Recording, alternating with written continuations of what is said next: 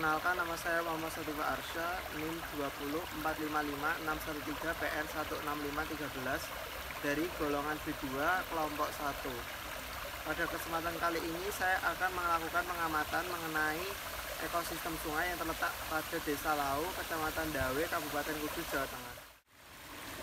Ekosistem merupakan hubungan timbal balik antara makhluk hidup yang satu dengan makhluk hidup yang lainnya, sehingga mampu berinteraksi dalam suatu lingkungan dan membentuk suatu sistem ekologi. Ekosistem sungai merupakan salah satu ekosistem perairan air tawar yang digunakan dalam kehidupan sehari-hari manusia. Dalam suatu ekosistem sungai akan terbentuk aliran air dari hulu hingga hilir yang memungkinkan terjadinya perubahan fisik maupun kimia. Suhu rata-rata saat dilakukan pengamatan mencapai 31 derajat Celcius dengan tingkat kelembapan 65% dan berada pada ketinggian 155 meter di atas permukaan laut. Suatu ekosistem sungai dapat terbentuk karena adanya dua faktor yang saling berkaitan satu sama lain, yaitu faktor biotik dan faktor abiotik. Faktor biotik tersusun atas seluruh makhluk hidup yang terdapat dalam sebuah ekosistem, baik itu tumbuhan, hewan, maupun mikroorganisme yang tidak dapat diamati secara langsung menggunakan mata telanjang. Selain faktor biotik, ada juga faktor abiotik yang tersusun atas komponen tidak hidup yang mana berfungsi untuk mendukung serta menjaga keseimbangan suatu ekosistem.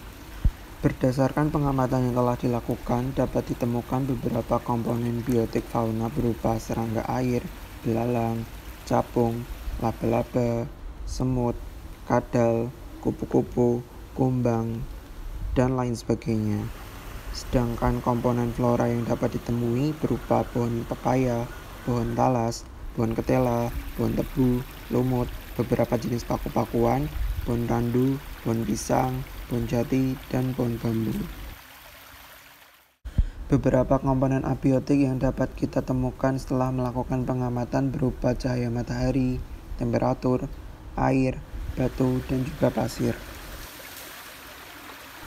Dalam ekosistem sungai akan terbentuk suatu rantai makanan yang tersusun atas produsen, konsumen, dan juga pengurai. Salah satu rantai makanan yang terbentuk dalam ekosistem sungai yaitu matahari yang digunakan oleh lumut atau alga dalam berfotosintesis, yang kemudian akan digunakan serangga sebagai bahan makanan, kemudian serangga akan dimakan oleh katak, katak akan dimakan oleh ular, dan ular akan diuraikan oleh dekomposer.